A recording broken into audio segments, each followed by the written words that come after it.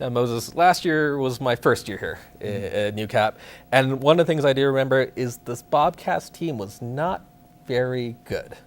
No. And so far, it seems to be a completely different team this year.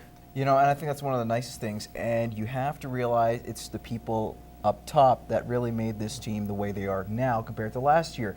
Started out as a scout, took over the GM duties, and finally was made head coach, really turning this team around. Matt Schumont had a chance to sit down with Gary Van Herway and get his thoughts on the team's performance.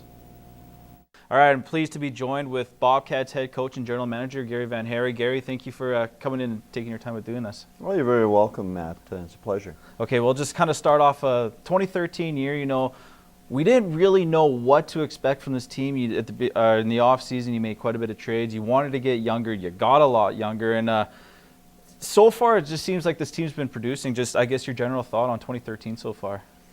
Well, I mean, going into the season, we knew we were an older team that didn't have the results we needed to have last year, and it was very obvious that in some instances our hands were tied. Our 20-year-olds, we had too many, that we had to move at least 3 of them. When you looked at the 19-year-olds that could have returned, there was 12 of them, which meant the next year there would be 6 more that would have to be moved. And it only made sense that we had to rebuild and we had to become younger on the bottom end. So to do it now, find those guys places to play, and we were successful. We ended up moving 9, which certainly for a coach or a GM coming in that's never had the opportunity to be on the bench or on the ice with these guys and know what they're all about. We've got to go on, you know, past history, and certainly Kyle Tapp being the interim coach shed a lot of light on the direction that he felt we should be going, and we were successful in finding spots for all 9 of those guys to play.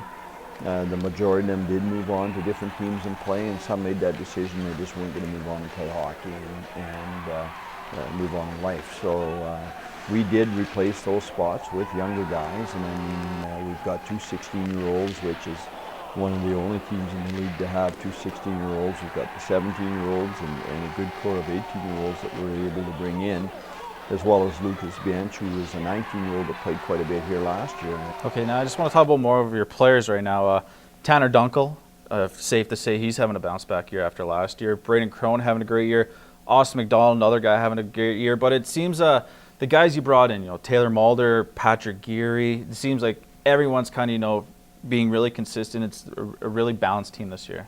It is a balanced team, and again, we knew we didn't have any 50-goal scorers coming back and 40-goal scorers or anybody that's going to win that game and end that game on any given opportunity, one opportunity. We knew offensively, especially offensively, we had to contribute by committee, and when we say committee, we're talking the entire Bobcat family is going to have to find a way to chip in and do the work on the ice that's going to get us the results that we need. And credit to the guys, the young guys, the older guys. I mean, the older guys like the Dunkels, McDonalds, and Bakers, and Springers, and they have produced some good leadership. They have contributed offensively, defensively. They've contributed to the development and molding the young guys off of the ice. So that's a credit to those guys, and they're largely responsible as well for the direction this team is starting to go.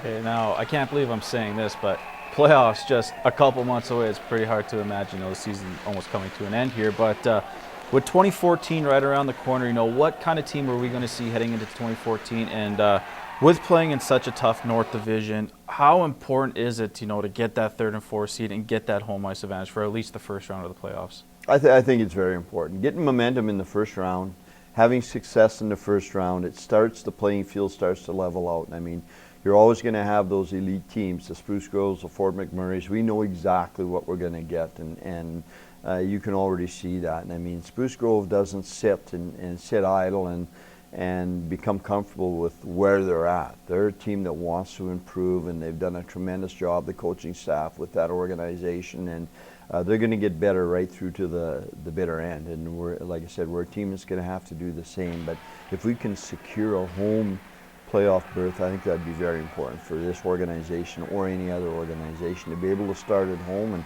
although that's not a given that you're going to win at home, we've been a very good road team. We've won as many or more on the road than we have at home.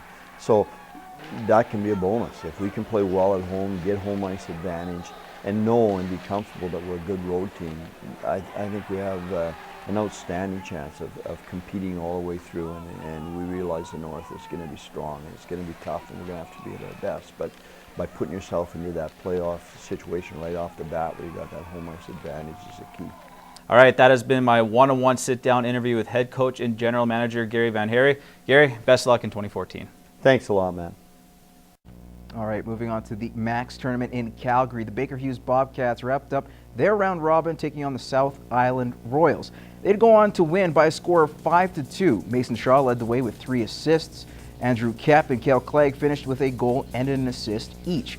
Now in 4 games, Clegg has finished the tourney with 4 goals and 5 helpers. Very, very good stats for the young man. Meanwhile, the PWM Steelers are wrapping up their round robin in the female group as they take on the Kootenay Wildcats. Steelers currently sit in second place in their group, looking to advance.